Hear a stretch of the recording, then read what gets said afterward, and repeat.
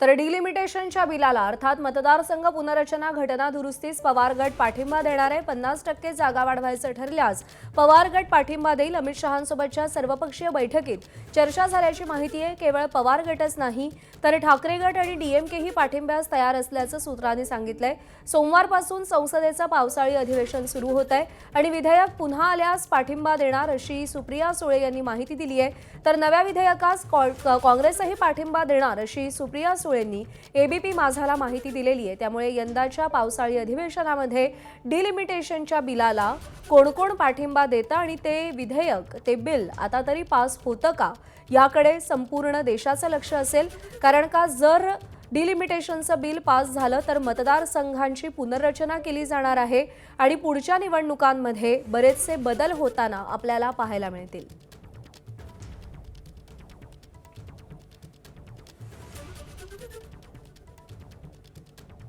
50% जागा वाढवायचं ठरल्यास पवार गट डिलिमिटेशनच्या बिलाला पाठिंबा देईल असं सुप्रिया सुळेंनी सांगितलंय। केवळ पवार गटच नाही तर ठाकरे गट आणि डीएमके सुद्धा पाठिंबा देईल असं त्यांनी सांगितलेलं आहे। काँग्रेस देखील पाठिंबा देईल असं त्यांचं म्हणणं आहे। त्यामुळे डिलिमिटेशनच्या बिलावरून पावसाळी अधिवेशनात नेमकं काय होतं हे पाहणं महत्त्वाचं आहे।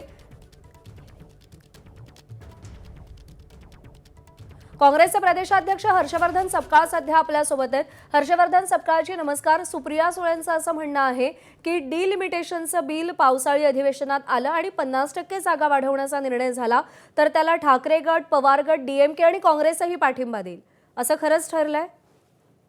काँग्रेस पक्षाची भूमिका ही काँग्रेस पक्षच अधिकृतरित्या ही व्यक्त करेल।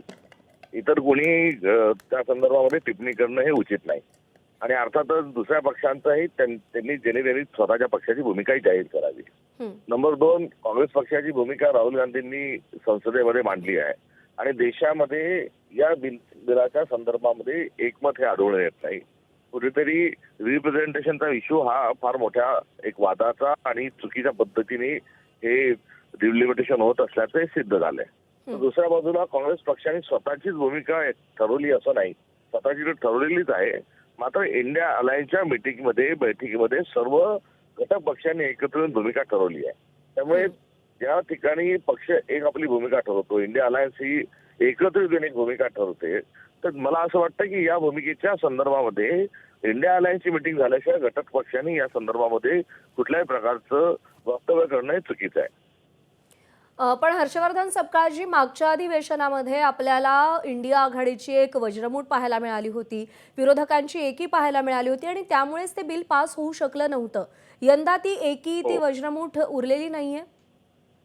वज्रमूठ तर भारतीय जनता पक्षाला ज्यांचा विरोध आहे आणि भारतीय जनता पक्ष लोकशाही डुबवणारा पक्ष असल्याच्या अनुषंगानं एकमत ज्या पक्षांचं त्यांची वज्रमूठ ही कायमच आहे। या संदर्भामध्ये हे बिल पास कुठल्याही परिस्थितीत हुक और कुक करून घ्यायचं अशा पद्धतीचा हेका भारतीय जनता पक्षाने त्यांच्या स्वभावाच्या नुसार धरलेला दिसतोय। टीएमसी या पक्षाला फोडण्याचं असो, शिवसेना फोडण्याचं असो, हे करण्याचं कारण काय? कारण त्यांच्याजवळ मेजॉरिटी आहे, सर्व आहे, तरी पक्षाची फोडाफोडी करण्याच्या मागे त्यांचा जो हट्ट आहे, जो आग्रह आहे आणि अट्टहास आहे, तो हे बिल पारित करण्याच्या अनुषंगानं आहे। त्यामुळे त्यांचा हा लोकशाहीला काळिमा फासणारा जे काही त्यांच्या एकंदरीत भूमिका आहे त्या विरोधात वज्रमूठ कायम आहे। नाही, तुम्ही भाजप संदर्भात बोलताय पण त्याचवेळी तुमचे मित्रपक्ष मात्र तुम्ही आता जे सांगताय त्याच्या विपरीत भूमिका घेताना दिसतायत, ते पाठिंबा देण्याच्या मानसिकतेत आपल्याला दिसतायत, त्यावर आपली काय प्रतिक्रिया आहे? इंडिया अलायन्सच्या त्यांची भूमिका काय ही आपल्या माध्यमातून मला कळते, मात्र मी एकंदरीत जे देशामध्ये जे चाललंय आणि पॉलिटिकली ती परिस्थिती आहे, भारतीय जनता पक्ष जो सरळ एक पक्षाला फोडत असण्याचं काम जे करतोय त्याचं कारण काय की त्यांना कुठल्याही परिस्थितीमध्ये कुठल्याही म्हणजे अर्थातच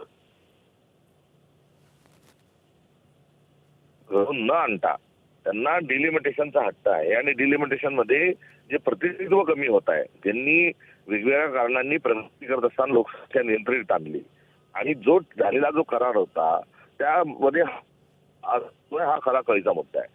दक्षिण भारत आणि उत्तर भारत असे भारताचे 2 तुकडे देखील या विधेयकाच्या हट्टामुळे होऊ शकतात अशा प्रकारचं देखील एक चित्र एका ठिकाणी आहे। त्यामुळे या बिलच्या संदर्भामध्ये त्याच्या मागे भारतीय जनता पक्षाचा हेतू हा शुद्ध नाही, तर भारतीय जनता पक्षाचा हेतू जो आहे हा अत्यंत चुकीचा असल्याचं आणि हेकेखोरीचा असल्याचं हे निष्पन्न यामध्ये सर्व स्तरावर निघत असताना राजकीय पार्श्वभूमीवर देखील हे आकलन झालेलं आहे.